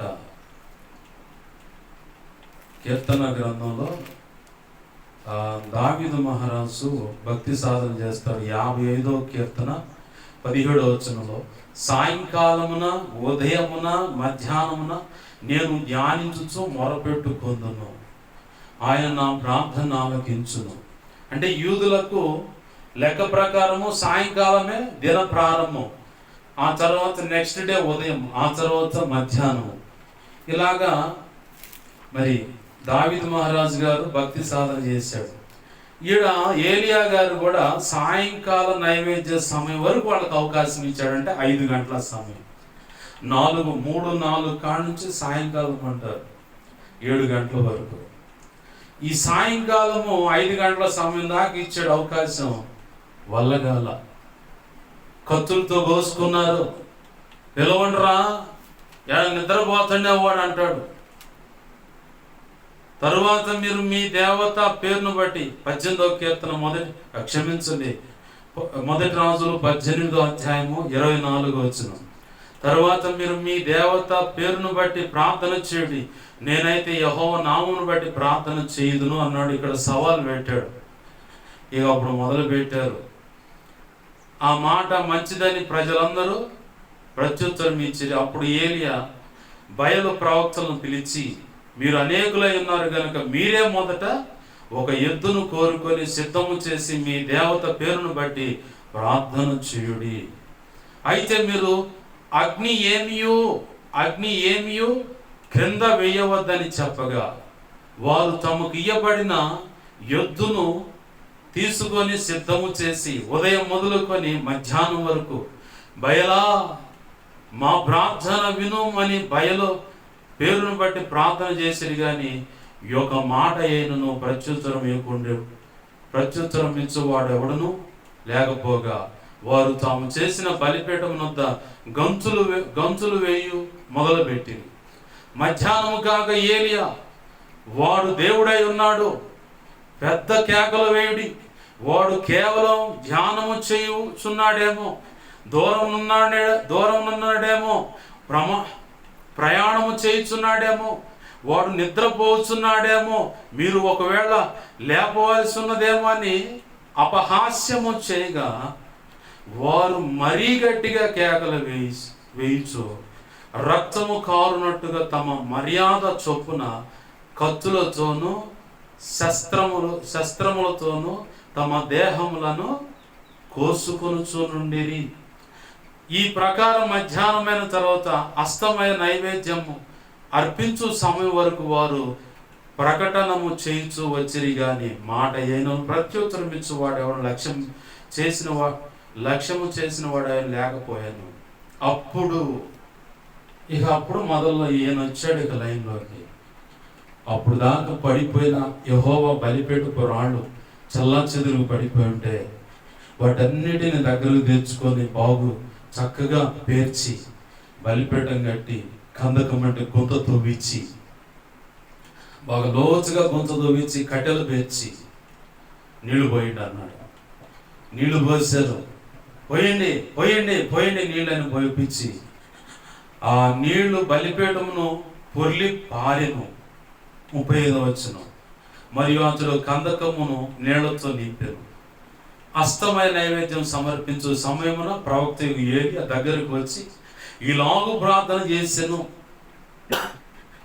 ఇకంటే అక్కడ ఒక సవాల్ ఉంటుంది. ఏంటంటే ఆకాశం నుంచి అగ్ని దిగి రావాలి, అది ప్రజలంతా చూడాల. అందుకే కింద అగ్ని ఏమి వేయొద్దు అన్నాడు. నువ్వు నమ్ముతుంది దేవుడే, నువ్వు నమ్ముతుంది కరెక్టే, దేవుడు కరెక్టే. అది కరెక్ట్ అయితే ఆకాశం తెరవబడాలి, అక్కడి నుంచి అగ్ని వచ్చి దాని మీద ఆ బలి పశువు మాంసంను కాల్చివేయాలి, బూడిదగా మార్చేయాలి. ఇది సవాల్ అండు. ఉదయం మొదలుకొని సాయంకాలం నైవేద్య సమయం వరకు వాళ్ళకి అవకాశం ఇచ్చాడు. వాళ్ళ వల్ల కాల. ఇక వాళ్ళకి ఇచ్చిన సమయం అయిపోతే ఏలియా చేసిన పని ఏందో తెలుసా? పడిపోయిన యెహోవా బలిపీఠాన్ని బాగు చేసి బాగుగా కట్టి దాని మీద కట్టెలు పేర్చి బలిపశువు మాంసాన్ని పెట్టి దాని చుట్టూ కందకం అంటే గుంత దొవ్వించి నీళ్లు నింపి ఆ కట్టెలను తడిపించి అప్పుడు మోకరిచ్చాడు. చూసేవాడికి అతిగా ఉంటుంది. మొన్న ఈ మధ్య ఒక చిన్న సవాల్ ఇలాంటిది ఒకటి చెప్తా ఉంటే ఓవర్ కాన్ఫిడెన్స్ అంటారు. దౌర్భాగ్యమైన పరిస్థితిలో నీ ఆధ్యాత్మిక జీవితం ఉంది కాబట్టి ఓవర్ కాన్ఫిడెన్స్ అనిపిస్తుంది నీకు. నా ప్రభు చేయగలడు, అది నేను నమ్ముతున్నాను. మునుపు జరిగినదే మరలా జరుగున లేఖనం ప్రసంగిలో 3 సార్లు సాక్ష్యం ఇస్తున్నప్పుడు ఏలియాగే దేవుడైనప్పుడు నాకు దేవుడు గాడా? నా ప్రభు నన్ను అవమానపరుస్తారా? నేను సిగ్గుపరచబడను, ఎందుకంటే నేను నమ్మిన వాణ్ణి నేను ఎరుగుదును. నన్ను బలపరచు అని అందే నేను సమస్తము చేయగలను. అది నా ప్రభు కృపను బట్టి ఈ విశ్వాస పలుకులు నేను పలికాను. ఒకళ్ళు అంటారు ఓవర్ కాన్ఫిడెన్స్ అంటారు. నీ ముఖం అట్ట తెల్లారింది కాబట్టి నీ బ్రతుకు ద్వారా ఎంతో గొప్ప కార్యాలు చేయించాలని ప్రభు అనుకుంటే నీ ముఖం అట్ట ఉంది కాబట్టి నీ ద్వారా ఏది చేయించకుండా ఏడుస్తా ఉన్నాడు ప్రభు నిన్ను బట్టి. ఒళ్ళు, నోరు, మనస్సు, హృదయం, తలంపులు, ఊహలు, ఆలోచనలు జాగ్రత్తగా దగ్గర పెట్టుకోవాలా. కాస్త తడబడితే కాలు జారటమే. గంచె జారి కింద పడితే సడుగు జారుద్ది. చిన్నగా మంచంలో పెడతారు, ఆ తర్వాత చెక్క కొట్టి పండ పెట్టండి అంటారు. ఇక అదే గతి అయితే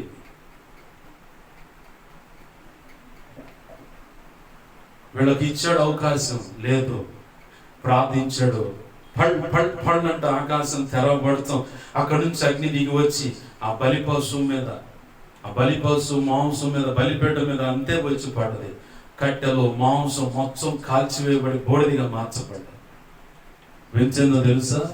అప్పుడు దాకా బయలా బయలా బయలా అని భజన చేసిన ఆ బ్యాచి కాస్త అమ్మో యెహోవాయే దేవుడు, ఇక ఆయన లేకపోతే ఆయన తప్ప ఇంకెవరండి, ఆయనే దేవుడు అని చెప్పని ఒక్క దెబ్బతో మారు మనసు వచ్చింది. దేవునికి మహిమ కలుగును గాక. హల్లెలూయా, హల్లెలూయా. ప్రభు ఇచ్చాడు కదా ఒక పాట, పరిశుద్ధాత్మల కడవరి వర్షం అనే పాట. ఇది రెండైన తలంపుల నీ ప్రజలను, అంటే ఆ కాలంలో, నీ అంటే యేసయ్య, నీ ప్రజలు దైవాగ్ని దిగి సంధించిన వైనం నేటి దినమున ఈ ప్రజల యొక్క మనోనేత్రాలు చెరవబడినట్లుగా ఆ ఏరియా యొక్క అభిషేకం నాకు ఇవ్వు ప్రభు అని ఆశతో ప్రభు ఇచ్చిన దర్శనం అంటే ప్రేరణ బట్టి ఆ పాట సిద్ధపరచు. ప్రభునందు ప్రియమైన దేవుని బిడ్డలారా, ఇక్కడ ఈ చరిత్ర బైబిల్ గ్రంథంలో చరిత్ర ఉందిలే, వీళ్ళకి చెప్పుకోవటానికి ఇంకా సాక్ష్యాలు లేవు ఏమనుకుంటారు కొంతమంది. సాక్ష్యం ఉంది. రియల్గా ఈ భారతదేశ గడ్డ మీద ఏంది, రియల్గా ఈ భారతదేశ గడ్డ మీద ఒక చరిత్ర ఉంది. ఏడేమో ఆ బయల యొక్క వాటి యొక్క ఆ బంధకాల నుంచి విడిపించడానికి ఆకాశం నుంచి అగ్ని దిగి వచ్చి ఆ ప్రజల మనోనేత్రాలు మరొక మారు వెలిగించబడటం వల్ల దేవుడు అని వాళ్ళంతా పాత నిబంధన కాల సంబంధమైన బైబిల్ పండితులు చెప్పే మాట ఇది. ఆ సంఘంలో వాళ్ళు చేర్చబడ్డారు. ఈనాడు కూడా భారతదేశానికి క్రైస్తవుడు, దేవుని యొక్క శిష్యుడు, యేసు ప్రభువు యొక్క శిష్యుడు తోమా భారతదేశానికి అడుగుపెట్టి దేవుని మాటలో కేరళ ప్రాంతంలో సద్బ్రాహ్మణులకు ప్రకటించడం మొదలుపెట్టాడు. అరే, ఇతగాడు చెప్పే సంగతులు, మన వేద గ్రంథాల్లో ఉన్న సంగతులు, మన వేద పారాయణంలో ఉన్న సంగతులు మొత్తం గలగలుపుకొని చూస్తే మనమే తేడా అన్నట్టున్నాం అని కొంతమందిలో అనుమానము, ఆలోచన పుట్టింది. మరి కొంతమందిలో వీడిని ఎలాగైనా సరే ఉండనీయకూడదురా, చంపేయాలి, వీడు అసలు ఎదగనీయకూడదు, వీడు అసలు ఉండకుండా, వీడు అసలు లోకల్ అంటారు నామ రూపాలే లేకుండా చేయాలంటే పేరు అనేది కూడా లేకుండా తుడిచిపెట్టేయాలరా, వీడిని ఎట్టనాగా నాశనం చేయాలని కొంతమంది నడుము బిగించారు. అయితే నా ప్రభు తన చిత్తమైన సమయం వచ్చేంత వరకు ఆ వ్యక్తిని వాళ్ళకి అప్పచెప్పాల.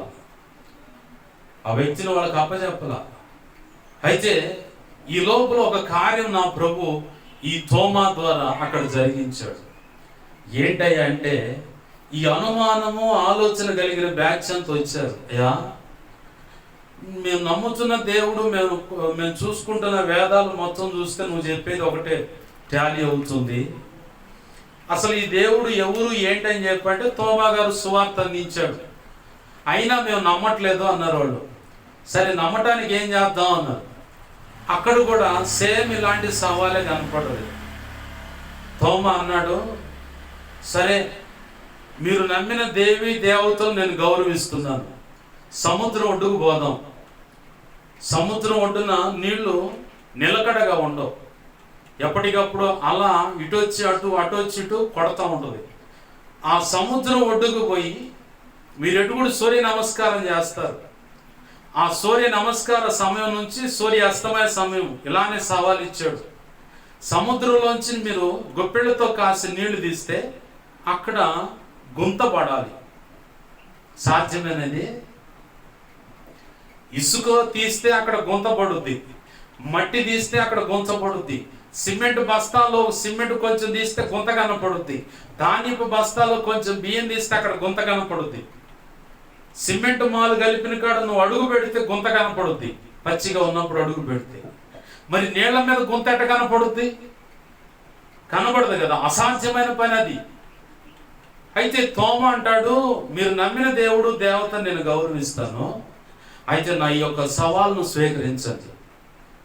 నేను నమ్మింది వాస్తవం, నేను నమ్ముతున్నా, అదే నేను ప్రకటిస్తున్నా. సరే మీరు నమ్మింది వాస్తవం అయితే పదండి ఒక రోజు సముద్రంలోకి వెళ్ళి ఆ సముద్రంలోంచి గుప్పెళ్ళతో సూర్య నమస్కారం చేయడానికి అట్లా గుప్పెళ్ళతో నీళ్లు అందుకొని అట్లా పోస్తారు. అలా పోస్తారు అన్నమాట. ఆ పోసే రీతిగానే గుప్పెళ్ళతో నీళ్లు తీయండి, అక్కడ గుంత పడాలా. సరే అని చెప్పని ఈడు పేడ విరుగుడైపోవాలా, లాభం లేదు, ఏదో ఒకటి తెచ్చుకో, లేకపోతే మన మనుగడ కష్టం, బ్రతకడం చాలా కష్టం, వీడు మన పొట్ట కొట్టేటట్టే ఉన్నాడని చెప్పని కొంతమంది వాళ్ళల్లో, ఆనాడు ఇశ్రాయేలు జనంలో మిశ్రిత జనం ఉన్నట్టు ఈ అనుమానం ఆలోచన ఉన్న వాళ్ళు కూడా కొంతమంది రెచ్చగొట్టే బ్యాచ్ ఉన్నారు. ఈ రెచ్చగొట్టే బ్యాచ్ కలిసి మొత్తం పోయి వాళ్ళని పురికొలిపితే వాళ్ళు వీళ్ళు మొత్తం కలిసి అక్కడికి పోయి చూస్తే ఏముంది, ఎంత ప్రయత్నం చేసినా గుంత పడతల నీళ్ళు వస్తలేం మండి. ఏంటి మరి మీరు ఒప్పుకుంటారా, మా వల్ల కాలేదని అంటే సరే ఒప్పుకుంటున్నామయ్యా అని. అప్పుడు సాయంకాల నైవేద్య సమయం అప్పుడే తోమా, ప్రభువా వీరి కన్నులు తెరవబడినట్లు, ఈ దేశంలో ఈ ప్రజలందరూ రక్షించబడినట్లు కృపతో నా పక్షంగా ఈ కార్యం జరిగించి నీ నామాన్ని ఘనపరచుకో, నీ దాసుని యొక్క విలువ తెలియపరచు అని చెప్పి ప్రార్థన చేసి ఏసునామములు అడుగుచున్నాం తండ్రి అని చెప్పని అట్ట బట్టి నీళ్లు తీసి పైకి లేపంగా గొంత పడతాడు. దేవునికి మహిమ కలుగును గాక. హల్లెలూయా. ఆ దెబ్బతో కేరళ ప్రాంతంలో మొట్టమొదటిగా భారతదేశంలో రక్షించబడ్డ వాళ్ళు ఎవరంటే సద్బ్రాహ్మణులు.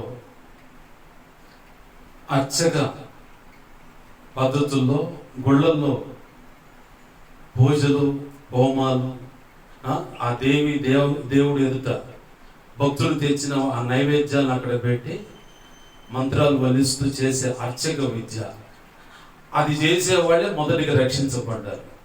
ఆ రక్షించబడ్డ వాళ్ళ బ్యాచ్లో నుంచే ఒక ఆమె ఇప్పుడు సేవ చేస్తూ ఉంది హైదరాబాద్లో రామ్నగర్ అనే ప్రాంతంలో. యూపీఎఫ్ ఫెలోషిప్ అనే పేరుతో వాళ్ళ నాన్నగారు అక్కడికి వచ్చాడు. భాష వాడు కేరళ బ్రాహ్మిన్స్ వాళ్ళు. ఆ మందిరంలో ఆ తెగ వాళ్ళే ఉంటారు, ఆ తెగ వాళ్ళే ఎక్కువ మంది ఉంటారు. ఎందుకంటే వాళ్ళే చుట్టాలన్నమాట. ఈ పిల్లను వాళ్ళకి ఇచ్చి వాళ్ళ పిల్లగా నీళ్ళ చేసుకొని ఎట్లా అక్కడ బంధుత్వం ఏర్పాటు చేసుకుని వాళ్ళే అక్కడ విస్తరించారు. ఇక మనోళ్లే కదా మన సంఘమే అని చెప్పని వాళ్ళు అక్కడికే పోతారట. దైవజనుడు అద్దంకి రంజిత్ దోపిరియా గారు చెప్తుంటే వాక్యం నేను విన్నా సంగతి. ఆ దెబ్బతో అనేకులు చేర్చబడ్డారు. ఈనాడు ప్రభు ఉంటుంది కూడా ఒకటే. ఇలాంటి ఉదంతాలు ఆనాడు జరిగితే ఎన్నో గొప్ప కార్యాలు జరిగి ప్రజలందరూ సంఘంలో చేర్చబడుతున్నారు కదా. మరి ఈనాడు నా పక్షంగా అలాంటి గొప్ప కార్యాలు చేయడానికి నువ్వు తెగించి నిలబడితే నేను నిన్ను వాడుకొని నీ ద్వారా అంత గొప్ప కార్యాలు జరిగించి సంఘములో విస్తారముగా ప్రజలు చేర్చను ఉద్దేశించున్నాను. మరి నువ్వు నా విషయమై అడుగు వేసి నా చేతిలో చెయ్యి కలపగలనయ్యా. నాకు ఆ మనస్సు ఉంది, కాకపోతే నేను బలహీనుడను, నాకు అంత యోగ్యత అర్హత లేదంటే ఈ మనసు నీకు వచ్చింది కదా, ఇదే నీకు యోగ్యత అర్హత అంటున్నాడు నా ప్రభు. రా ఆయన పాదాల సన్నిధిలో మోకాళ్ళ మీదకి వచ్చి ఆయన పాదాలు పట్టుకొని ఆయన అడుగు, ప్రభువా నీతో చేయి కలిపి నీ పక్షంగా నేను కదిలి నీ పని చేయడానికి సిద్ధపడతాను, నువ్వు నాకు తోడుగా ఉంటావా అని అడిగితే ఖచ్చితంగా నీకు తోడుగా ఉంటానంటున్నాడు. ఆనాడు ఆ భక్తులను వాడుకొని అంత గొప్ప పని చేయించిన నేను ఈనాడు అంతకంటే గొప్ప పని నీ ద్వారా జరిగించడానికి నేను సిద్ధపడి ఉన్నాను. కానీ నువ్వే నాకు దూరంగా వెళుతున్నావు, నాకు అందుబాటులో రాకుండా దూరంగా దొరుకుతా ఉన్నావు. ఎప్పుడు నువ్వు నాకు అందుబాటులోకి వస్తావా, నేను సంకల్పించిన ఆ పని నీ ద్వారా చేయించుకోవడానికి ఎప్పుడు అందుబాటులోకి వస్తావా అని ఎదురు చూస్తున్నాను. కానీ నువ్వు మాత్రం నేను కాదులే అని తిరుగుతున్నావు. ఇకనైనా దిద్దుబాటు చేసుకొని, ఇకనైనా ప్రభు పాదాలు పట్టుకొని ఇలాంటి సవాళ్ళు సమాజానికి, ప్రపంచానికి, దేశాలకు, రాష్ట్రాలకు, జిల్లాలకు, పట్టణాలకు, ఓళ్లకు సవాలు విసిరేసి ప్రభు యొక్క ఔన్నత్యం, శౌర్యం, ఆయన హస్తము చాపితే ఎంత గొప్ప కార్యాలు జరుగుతాయి. ఆయన తలంచుకుంటే అసాధ్యమైన వాటిని సుసాధ్యము చేయగలడని నీ ద్వారా చేయించి చూపించి ఆ సమాజం ప్రజలందరినీ రక్షించుకోవాలని ప్రభు సంకల్పిస్తున్నాడు. నువ్వేమో దూరంగా తిరుగుతున్నావు. ఏమంటావు? లేదు ప్రభువా, నేను నీకు దగ్గరగా వస్తున్నాను, నీ చేతిలో నేను చేసి నేను నీతో నడవటానికి సిద్ధపడుతున్నాను ప్రభువా. నా బ్రతుకుని ఇలాగ ఉపయోగపెట్టుకుని ఇంత గొప్ప పని చేయించుకోవడానికి నన్ను సంకల్పించాను సంగతి ఇప్పటి వరకు కూడా నాకు గ్రహింపు రాలేదయ్యా అంటావా? ఇప్పుడు గ్రహింపు వచ్చిందిగా. ఆయన పాదాలు పట్టుకో. ప్రభు మన ద్వారా చేయించాలనుకున్న ఆ గొప్ప పని ఆయన కృప ద్వారా ఆయన హస్తాన్ని దాపి ఆత్మచేత పరిశుద్ధ ఆత్మచేత బలపరిచి ఆయనే తోడుని జరిగించి ఆయన నామం గణపరచుకొనును గాక. ఆమేన్. రండి ప్రార్థన చేసుకుందాం.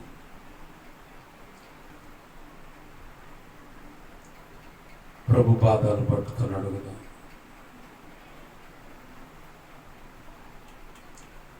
నా ప్రభువా, ఇన్నాళ్ళు ఏముందులే నేను అనుకున్నాను. నేను నిలబడితే ఎవరు వింటారు నా మాట? ఎవరు లెక్క చేస్తారు? కులం తక్కువని, నా కుటుంబ సాక్ష్యాన్ని బట్టి, నా బ్రతుకి ఇలా ఉందని, నా తల్లి జీవితాన్ని బట్టి, నా తండ్రి జీవితాన్ని బట్టి, నా కుటుంబీకుల యొక్క పరిస్థితిని బట్టి ఎవరు లెక్క చేయరని చెప్పని అనుకున్నానే కానీ నన్ను ఇంత విలువైన పాత్రగా ఎంచుకొని ఇంత విలువైన నీ సేవ నా ద్వారా జరిగించి నీ నామాన్ని అంత గొప్పగా అందరి కనుల ఎదుట ప్రదర్శించడానిగా నన్ను ఎంచుకుంది. అయ్యో ఎంత గొప్ప ఉన్నత సంకల్పం. నేను నిరాకరించి ఎన్నాడు నేను గాయపరిచాను. నేను నీ చేత గాయపరచబడుచు మూల్గుచు అయ్యో నాలో ఉన్న రోగాన్ని బట్టి వేదన పడుచు ఎందుకు ప్రభు నాకు ఈ పరిస్థితి, ఎందుకు ప్రభు నాకు ఈ గతి అని ప్రశ్నించాను. కానీ నా పట్ల ఇంత గొప్ప సంకల్పం. ఏమి అద్భుత ప్రేమ సంకల్పం, నేనేమి చెల్లించు. హల్లెలూయా యేసయ్యా, హల్లెలూయా యేసయ్యా. నా పాపము బాప నరరూపివైనావు, నా శాపము మాప నలిగి వ్రేలాడితివి. నాకు చాలిన దేవుడవు నీవు, నా ప్రాణములో నీవు. ప్రభు పాదాలు పట్టుకో. శపితమైన బ్రతికే నీకు నువ్వు చూసుకున్నా, నీ చుట్టూ వాళ్ళు చూసినా, కానీ నా ప్రభు చూస్తున్నా విలువైన ఆ పిలుపు చూసుకోకసారి. పేర్చులు అక్కడ అందరికి ఏముందిలే సేవకుడు అనుకున్నారు. ఒక్కటే ఒక గొప్ప సూచిక్రియ జరగడంతోనే మొత్తం సంగమంచం ఉలిక్కి పడింది. సకల పరిశుద్ధులు భయంతో గడగడ వణికారు. ఆ తర్వాత దేవుని యొక్క ప్రేమ అన్ని విషయాల్లో వాళ్ళు రుచి చూసి సంఘంలోకి విశ్వాసులుగా చేర్చబడ్డారట. ఏలియా కాలంలో జరిగిన గొప్ప అద్భుతాన్ని బట్టి ఇజ్రాయేల్ ప్రజలంతా తేడాగా తిరుగుతుంటే మొత్తం సరిచేయబడి యెహోవా దేవుడని ఆయన పంచన చేరారు. తోమాని ఆడు దేవుడు వాడుకున్నాడు భారతదేశంలో, కేరళ ప్రాంతంలో. గొప్ప అద్భుతం అది, ఎవడి వల్ల కాదు. మళ్ళీ ఆ గొప్ప అద్భుతాన్ని చూశారు. ఇంత ప్రయాసపడ్డా మనం నమ్మిన దేవి దేవతల వల్ల ఏమీ కాలేదు. ఇదిగో ఇతనే కదా నిజముగా దేవుడు. వేద ఋషుల ద్వారా మనకు తెలియపరచబడుతున్న ప్రజాపతి ఇతనే కదా. యజ్ఞం ప్రజాపతి అని చెప్పి చెప్పబడుతున్న ప్రజలందరి కోసం యజ్ఞమై తను ఆహుతి అయ్యేటువంటి వ్యక్తి ఇతనే కదా.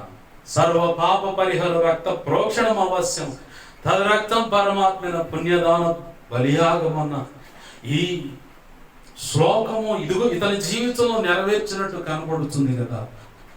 ఎంతకంటే దేవుడు ఎవరయ్యా అని విశ్వసించి మొట్టమొదటిగా రక్షణ అనుభవంలోకి వచ్చిన వాళ్ళు అక్కడే ఆ సమయంలోనే తోమా చేత ఆ సముద్ర పొడ్డున బాప్తిస్మాలు పొందారు. వాళ్ళు నమ్మినవన్నీ పీకి పక్కన పడేశారు. నాకు యేసయ్య రక్షకుడు, యేసయ్య నా దేవుడని. ఇప్పటికీ ఉన్నారు. ఆ రోజు రక్షించబడ్డ వారి యొక్క వంశానికి సంబంధించిన వంశాంకురాల్లో, అంటే ఆ వంశానికి సంబంధించిన వాళ్ళు ఉన్నారని చెప్తున్నాను. ప్రభు నీతో మాట్లాడుతున్నాడు. ప్రభు అడుగుతున్నాడు, నా చేతిలో చేవేసి నాతో కలిసి నా పని నిమిత్తమై కదిలి గొప్ప సేవ చేయడానికి నువ్వు రాగలవా అంటున్నాడు. నేను రాగలను ప్రభు, నా చేపట్టుకుని నడిపిస్తే అంటావా? ఆయన పాదాలు పట్టుకో. ప్రార్థన. ప్రేమగల మా కన్న తండ్రి యేసయ్యా, నీకు వందనాలు, కృతజ్ఞతాస్తుతులు. జీవము కలిగిన మా తండ్రి, నీకు మహిమ, ఘనత, ప్రభావాలు ఆరోపిస్తుంది. దేవా, మీరు నాతో అందరితో మీరు మాట్లాడుతున్నారు. నీకు విలువైన సమయం ఇచ్చినప్పుడు ఇంకా గొప్ప కార్యాలు జరిగిస్తానని మీరు సెలవిస్తున్నారు. అయ్యా, ఇదిగో ఎంతమంది అయితే నీ బిడ్డలు విలువబడిన వాక్యాన్ని బట్టి సంధించబడ్డారు, దర్శించబడ్డారు. అయ్యో ఇదిగో తండ్రి, నీ వైపు మళ్ళుకొని ఇదిగో నా దేవునితో చేయి కలిపి నేను నడవటానికి, బ్రతకటానికి, ఆయన పని చేయడానికి నేను సిద్ధం అని చెప్పి ఎంతమంది అయితే నా ప్రభువా నీ బిడ్డల ముందుకు వచ్చారు. ప్రతి బిడ్డను కృపతో వారి చేయబట్టుకుని నడిపించండి. అంతకంటే ముందు అంగీకరించండి. వారిని నీ దేవా హక్కున చేర్చుకొని నీ కౌగిట్లో హచ్చుకోండి. ఆదరణ, నెమ్మది, సమాధానం దయచే, ఓదార్పును దయచే. ఆ గాయములకు దేవా మీరు మందు కట్టండి ప్రభువా. స్వస్థపరచని గొప్ప కార్యాలు జరిగించండి. మా కోసం ప్రార్థించమని ప్రతి ఒక్కరి అవసరత నీ కృపచేత యేసునామములో తీర్చబడును గాక. మా కోసం, పరిచయం కోసం అన్ని విషయాలు ప్రార్థిస్తున్న ప్రతి ఒక్కరి అవసరత నీ కృపచేత తీర్చబడి నీ సేవలు గొప్పగా అభిషేకించబడి వాడబడును గాక. ముందు ఆదివారపు ఆరాధన మిగతా అన్ని విషయాలు కృప చూపించి నువ్వు తోడు నడిపించమని, నీ కార్యము జరిగించమని, నాకు మాకు మా మీద ఇంకెవరికైనా కలవ నిద్ర దర్శనం స్వప్నాలు చూపించబడ్డారు. సమస్త చీకటి శోధనుడి ప్రభావం యేసు నామములో మీరు నాకు ఇచ్చిన అధికారం చొప్పున మేమంతా కలిసి వాటి నాటి ప్రభావాన్ని బంధించి లయపరిచిన నీ కృతజ్ఞతాస్తుతులు మా తండ్రి. అయ్యా, నాకు మాకు మా మీద ఇంకెవరికైనా కలవ నిద్ర దర్శనం స్వప్నాలు చూపించబడ్డారు. సమస్త మంచి కళ, మంచి దర్శనం, మంచి స్వప్నం ఇద్దరు వచ్చింది. సమస్త మంచి యేసు నామములో త్వరపెట్టారు జరిగేలా చేసి నెరవేర్చు తండ్రి. యేసు నామములో త్వరపెట్టారు జరిగేలా చేసి నెరవేర్చిన నీ కృతజ్ఞతాస్తుతులయ్యా. కనికరించి నీ కృపాకార్యం జరిగించడం మాత్రం మహిమ పొందమని 2 తిమోతి 1:12 ప్రకారం ఆ ఘడి వరకు కాపాడగల సమర్థుడు అని రుడిగా మేము కూడా నమ్మొచ్చు. ఆ లేఖనం ప్రకారం నీ కృపాహస్తాలకు నన్ను, మమ్మలను, ఈ ప్రార్థనలు ఏకీపిస్తున్న ప్రతి ఒక్కరిని అప్పచెబుతూ యేసు నామములో ప్రార్థన సమస్తం పొందుకొని నేను మహిమపరుచుకుంటున్నాం మా తండ్రి. ఆమేన్. ఇప్పుడు మన తండ్రి అయిన దేవుని ప్రేమను, ఆయన ప్రియకుమారుడైన యేసుక్రీస్తు వారి కృపయు, పరిశుద్ధాత్మ దేవుని అన్యోన్య సహాయ సహవాసము సమకూడిన, అలాగే శబ్దంత్రాల ద్వారా విన్నా, అలాగే సెల్ ఫోన్ ద్వారా విన్నా, అలాగనే ఈ వీడియో ద్వారా వింటున్నా, ఇక ముందు వినబోతున్నా, అలాగే సార్వత్రిక సంఘంలో సకల పరిశుద్ధులందరికీ నిత్యత్వము చేరు పర్యంత వరకు ప్రభు కృపచేత తోడై ఉండి ఆయన చిత్తానుసారంగా మనందరినీ బలపరిచి నడిపించి ఆయన గొప్ప సేవ మన ద్వారా జరిగించి ఆయన నామములో అనేకులు అందరూ బాప్తిస్మం పొంది సంఘములో చేర్చబడేలాగా ప్రభు మనలందరినీ సాధనంలో చేసి వాడుకొనును గాక. అట్టి కృప అనుగ్రహించినందుకు ప్రభువుకు మహిమ కలుగును గాక.